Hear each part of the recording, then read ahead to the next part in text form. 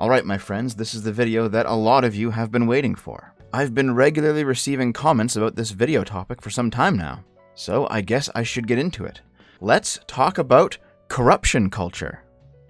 Yeah, that's the video you wanted, right? I don't know how popular the term corruption culture is. It's certainly not nearly as popular as the term cancel culture, that's for sure. But corruption culture is still definitely a thing. Corruption culture refers to the tendency of people on the left to infiltrate certain spaces that were, if not apolitical, certainly not left-leaning, and gradually, over time, tilt them towards radical leftist politics. And we've seen this happen for like a decade now. Rational Wiki didn't start out as this bastion of feminist thought. It actually once was rational. You head over to the Rational Wiki nowadays, and it's basically viewing all the topics through an intersectionalist lens, not a rationalist one. It happened with the whole atheism plus thing, which for a long time was all like Richard Dawkins types, making fun of the religious right on the early internet. Well, that got co-opted into atheism plus, where it wasn't true atheism unless it had a social justice slant. The online atheist sphere was meant to combat intolerance stemming out of religion, and while there's definitely some crossover between that and feminism and anti-racism and etc., there's also a lot where it's actively opposed, like when you bring Islam into the mix. And Gamergate was a corruption culture issue too, ultimately. The old SJWs rampaged around the internet like 8-ish years ago, forcing their way into any community they could get into and shitting it up. And it was those pesky gamers that told them finally to fuck off, earning them that only partially deserved incel reputation in the process. But I'm just kind of talking about internet bullshit so far.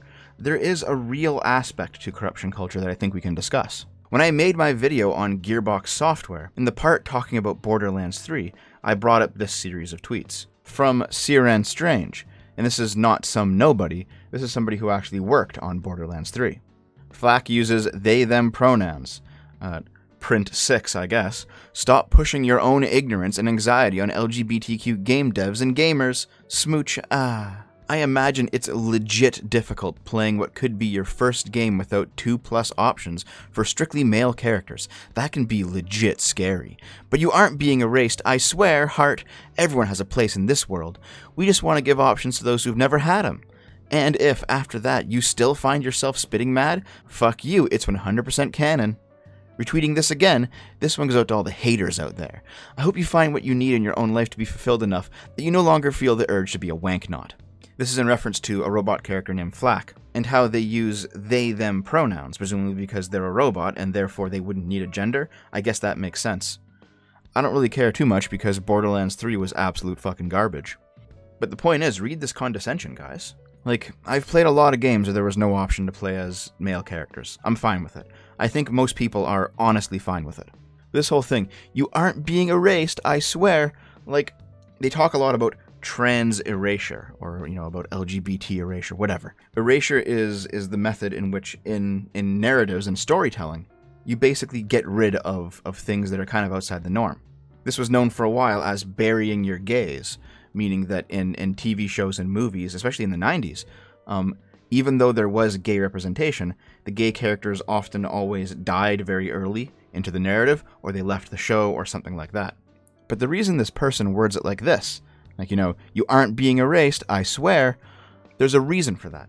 It's because they know that they've wormed their way into a position of power, and they're going to inject their own politics wherever they can now that they're there. You can see both the olive branch and the knife, in the two separate tweets. It's like, come on board with the LGBT agenda. Oh, you don't want to? Fuck you. And as you scroll through the actual replies, you see something like this here. I'm getting so tired of people blatantly using the wrong pronouns for Flack. Legit saw someone say the pronouns don't matter because it does not impact the character, as if gender identity isn't a highly important part of who someone is. It's a fucking robot.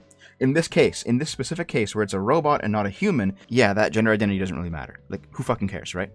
And there is some discussion on both sides of the aisle happening here. But this really isn't about the discussion. The initial tweets up here really weren't about the discussion. It was about this. It was about the corruption culture. It's about that person who has finally managed to, after years of subversion, generally having themselves first subverted probably by their university professors, and now doing their own subversion in the private space. But now that they've finally grasped that little reign of power, they're using it to make tweaks and saying, you know what, I can do this now. I can do this now. I can affect this now. If you don't like it, fuck you. I'm the one in charge. That is the corruption culture. It is going to a property that they didn't create, taking it over from within, and then turning it to be their political mouthpiece. Now, again, this is Borderlands 3. It's the pronouns of a robot. This doesn't matter. It's just that this is the most obvious case of it because this person, I guess they know it doesn't matter really. It's like a small thing, so they're just taunting on Twitter. But there are larger and more obvious examples, and I think we've all seen them before. Let's see how many we can name right off the top of our heads. The She-Ra reboot, the 2016 Ghostbusters film, Star Trek Discovery and Star Trek Picard, the new Star Wars trilogy, HBO's Watchmen. Pop culture has been entirely overrun with this shit. They're all examples of at least some form of failure of these new iterations. New people come in with new ideas, and fair enough. Sometimes you need those new ideas to like bring new stuff to the table, bring the next generation in, update things. I understand, I get it. You can't just tell the same stories over and over. But at the same time, these are people who have, no respect for the actual canon of these things, no respect for the fans of these things. These people simply want to be given the keys to a shiny new supercar, drive it around going way too fast, wreck it, and then basically escape from the scene of the crime. I mean, do you guys remember when the new Ghostbusters was announced? The one that was skipping over the 2016 and just acting as like a sequel to the first two Ghostbusters? Do you remember how much fucking cope that generated? Because people didn't want to see the continuation of that terrible, terrible movie? So insulting, like fuck us, we didn't count. It's something Trump would do. Gotta redo Ghostbusters. Better with men, we'll be huge. Those women ain't Ghostbusters. Ugh, so annoying. Such a dick move. And I don't give a fuck, I'm saying something. What makes this funny is that, one, yes, you didn't count. The sales and the fan reaction kind of bear that out. Secondly, you're acting like returning to form, returning to the original canon, is redoing the Ghostbusters. Like you and your version somehow have the ultimate claim on this series. But you don't. You were the usurper. Remember all the cope that came out of Birds of Prey being a complete bomb? Please go out and see it. Don't wait. Please don't let hate, misogyny, or sexism win. Please go out and see it. It needs your help and support. Hashtag reasons to support BOP. Please don't let yet another one of our terrible movies flop. This movie rules, and I will not allow you bitches to let it flop after Joker made $1 billion. Go fucking see it. Nobody's watching this shit. And even when they do watch it, like with the case of Star Wars or something, they're certainly not coming back for more. Star Wars is, bizarrely enough, not the cultural phenomenon that it used to be. And it's all because of this gross mismanagement of the IP. At this point, you can pretty much tell if something's going to be shit or not. Not even by watching the trailers or anything, but just by seeing who's making it and what some of the people involved are saying about it. Especially some of the people who were part of the old guard. If they're giving you subtle warning signs, kind of like Joel's voice actor from Last of Us 2 telling fans to keep an open mind, when they're saying stuff like this, you know that it's garbage. And I can already hear the reply of some of these corruption culture charlatans. It's not even out yet. You don't know if it's going to be shit or not. No, I'm pretty sure it's going to be shit, because it's coming out of an asshole. But speaking of The Last of Us 2, and by the way, I'm streaming it tonight on Twitch after this video goes out, so hey, go over there and check it out. But let's see what Neil Druckmann himself has to say about it. And the first project we started kind of, moving forward on was called Mankind. And the idea is very similar to what you've seen in The Last of Us, that the cordyceps has jumped from insects to people. And the people it infects, it can kind of create monsters or kill them. But the twist, the thing that was different about this idea was that it only infected women. And you found the one girl that it didn't infect, and that was Ellie. And you kind of protected her and tried to bring her to this lab where they were kind of finding a cure. And there were a lot of things that we were really excited about this idea, but ultimately it failed. And the reason it failed is because it was a misogynistic idea. What are the things that she's going to be kind of really attracted to and attached to as she grows up? And as a game creator, I look around at kind of what we are making and what are going to be her role models from the stories, and I don't like what I see. More specifically, I'm talking about our female characters. And whether we want to admit it or not, these are role models. And yet we sexualize, we objectify, we marginalize, and we reduce these female characters to a lot less than they can be. To me personally, it's hilarious listening to Druckmann talk about how sexy women are bad role models. Meanwhile, all of the women that he wrote in The Last of Us Part 2 are all psychotic murderers. Woman wearing a bikini is bad. Woman beating another pregnant woman is good. I don't know, man. I think I'd take being attractive over being insane. But again, it's all about coming into spaces that you didn't create, joining companies that you didn't found. working on franchises and properties that aren't really yours, and then using that newfound influence to twist them towards your political point of view. That is corruption culture. And you know, considering that these people love to rant about how parasitic capitalism is, isn't this the exact example of what they're talking about? I mean, think about it. You have people with true passion. They cultivate a hobby or a fandom or some kind of property. That thing becomes profitable. A community springs up around it. Sometimes it even becomes a cultural staple. Then you get people who don't really care about the hobby. Maybe they actively hate it, like someone like Anita Sarkeesian or something. But they want that cash, they want that money, and they see it there. So they subvert. They get on the inside. They milk it for short-term profits. They run it into the ground. They slander their critics as bigots, or they claim they're gatekeeping. And then these people finally bail out and move on when the thing that they have parasitically attached themselves to dies. When the thing that they have corrupted and taken over is completely twisted and subverted and turned into nothing but a mouthpiece for the Communist fucking manifesto, then they simply move on and do it again somewhere else. These tyrants with lofty political goals but no actual creativity, they go far beyond fan fiction. They go far beyond creating their own thing. I don't think they're capable of doing that. They're not capable of creating something that is iconic or lasting. They have to take over what somebody else has created and then sculpt it into their image. It's the height of arrogance. And the backlash to that is frankly only natural. It's kind of like the psychological equivalent of preventing your old school bully from knocking you down, stealing your book, and ripping pages out of it. At this point, I've just been talking about pop culture. Even though pop culture is pretty big, it is in fact in some ways the dominant culture now. But it isn't everything, and it is ultimately just entertainment. So I understand when somebody would say that it's not that big of a deal, but I still think that it is. And I think it is because of, and I'm sure you know what's coming if you've been paying attention, Mr. Yuri Bezmenov. Now, this 10-minute clip of Yuri Bezmenov talking, called Ideological Subversion, is available up on BitChute. I will leave a link to this video in the description. Please consider checking it out. It has to be BitChute, by the way, because this very same clip was taken down off of YouTube for apparently violating YouTube's policy on hate speech. Now, to be clear, there's nothing hateful in this clip at all.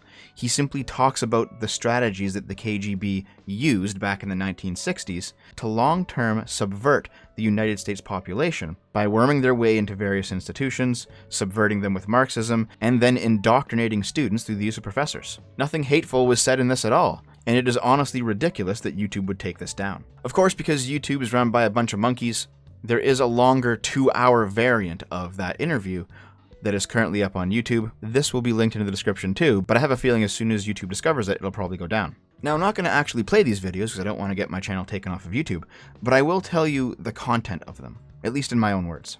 He describes a process known to the communists as demoralization. The basic idea is that people would be indoctrinated to a form of self-hatred. Sometimes it's racial self-hatred, sometimes it's gender-based self-hatred, sometimes it's ethnic self-hatred, sometimes it's nationality self-hatred. But the point is, you will be taught that what you are intrinsically is bad and evil and wrong and immoral, even though you were simply born that way, because people superficially like you in the past in some small way committed crimes against other people. It's basically a divide and conquer tactic, where across any possible lines, race, gender, class, whatever, they promote a kind of self-destructiveness. This process is carried out by getting in league with not only the academics in the universities who will push this stuff onto students, but also into those people who make popular culture, who in the 1960s made movies and TV shows, and certainly who make video games and comics today. There's a lot of different values that they push using these avenues, but probably the most important one is apathy. This all-encompassing nihilism that seems to be gripping every single person right now. This idea that absolutely nothing matters and therefore there's no value in the universe, and therefore you should do whatever you want and completely destroy yourself and others in the process. After the demoralization and the apathy, you give the nation a crisis of some kind. Sometimes it's real, sometimes it's manufactured, doesn't matter really. In response to that crisis, a demoralized population will simply look for the government to fix it the simplest and quickest way possible so that they can get back to basically watching TV. This phase is called normalization, and it's the idea that even though something new is onerous, it simply becomes accepted by the population as the new way of doing things, the new normal. Have you heard that phrase uttered recently, the new normal? I remember people saying it about the post 9/11 world after the Patriot Act. And that new normal sucked. That gave rise to the constant drone strikes in the Middle East, and the NSA perpetually spying on everyone. And due to another crisis that we're having right now, which by the way I do think is a real crisis, not a manufactured one, we're being told about the new normal again. And we can definitely see the evidence of this cycle of demoralization, crisis, and normalization repeating again and again. We can see the footprints of it if we look back throughout the decades. How many idiot socialists and breadtubers justify their workplace co-op by saying, "It's democracy, you love democracy, lol, right?" While their audiences either don't know or don't care that America was founded not as a simple majority democracy, but as a representative republic. How many of those same people can no longer understand that America's greatness is built and dependent upon a capitalist economic system, and modern prosperity could not have been built any other way? If you pay attention, you'll notice that all of socialist and communist culture is created with the express purpose of demoralizing those who view it. Classical art is inspirational. Even these statues of people that you might not like, Confederate leaders or something, or slave owners or whatever, they are at the very least created proficiently. To contrast, does modern art look like anything at all? What kind of architecture would you prefer? Soviet-style apartment blocks? Or literally anything else? All of the pieces of pop culture that I talked about, the fan reaction to them was demoralization. It was, oh my god, I love this property, I grew up with this, how could you do this to my childhood? And the people holding the reins of power above them blatantly shitting on them for daring to criticize them. Saying things like, LOL, too bad, it's canon, I'm in control now. Ugliness, grotesqueness, chaos. That is the name of the game when it comes to this type of creation. The commies, the socialists, the intersectionalists, the far left, all of them, they're all utopian. But their artwork, their architecture, their creations are almost entirely either technically deficient, whether that be through bad writing or bad acting or terrible animation like CalArts junk or whatever, or alternatively in the brutal realist style. These things are basically monuments to demoralization. They are the lowest common denominator. And you know what? That actually makes sense. These are people who are utopians. They believe that they will usher in the grand communist utopia should they be allowed to run society the way that they want to run it. And the reason that everything that they produce is utter shit is because they believe that that lowliness, that grotesquerie, that brutal realism is actually the peak of all human potential. They believe that we are in fact the lowest common denominator, and that is the best we will ever be. Therefore, anybody who's better than that has to be cut off at the knees. Which is, of course, entirely in line with their economic worldview. Because whenever the communists get into power, they always slaughter the most productive classes for being too oppressive. Socialism always drags everyone down to the lowest common denominator in the name of redistribution. It only makes sense that all of their creative efforts would do the exact same thing. On my gaming channel, I watched a conference called Games for Change. And it was basically a social justice event taking place around the same time as E3 this year. E3 was spread out and mostly digital due to the coronavirus. But Games for Change was this 3-day event. I might actually do a separate video on it because it was kind of a big thing. And it was basically just demoralization propaganda. It's on the E3 website, so you tune in expecting like new game announcements or something along those lines. And instead you get keynote after keynote, panel after panel of people talking about intersectionality, Black Lives Matter, identity politics, power and privilege, all of these bits of radical left thought. And games were barely talked about at all. We were sitting there on stream, and my girlfriend was actually very demoralized by this. She was like, is this what video games have become? Just being lectured to by these fucking people? And she was actually like emotionally in the dumps for the rest of the day, and I get it, I understand why. But that is their ultimate goal with this stuff. They want to see you broken. They want you to watch them raping those things that you cherish, over and over until you accept it. They want you to speak a lie, knowing in your head that it is a lie, and yet they can make you say it anyway. And so, because most of us lack institutional power, most of us aren't involved in making video games or shows or movies. Some of us are, and if you're going like the indie route just to kind of make your own thing, good for you, keep going. If you're like working for BitChute right now and you watch this video, good for you, keep going. If we actually have to make an alternate culture just to tell the truth, then that is something we will have to do. And that work is worth doing. But most of us aren't in a position that we can contribute in any big way. So here's what we can do. Always tell the truth as you see it. Don't use that as an excuse to just hurt people because you're going to be blunt or something. Don't do it like that. What I mean is, consult your conscience. If you think something is the truth, then stand by it. There may be a social cost to this. It might be steep. Depending on where you live, there might even be a legal cost to this. I don't know. But what was Orwell's quotation on the subject? In a time of universal deceit, telling the truth is a revolutionary act? Mass demoralization is that time of universal deceit. It is that time when they are going to force you to enjoy your own destruction. It is that time when they are going to force you to repeat and believe their lies. So no matter what, don't let them do it. Speak freely. I'll talk to you next time, guys. I love you.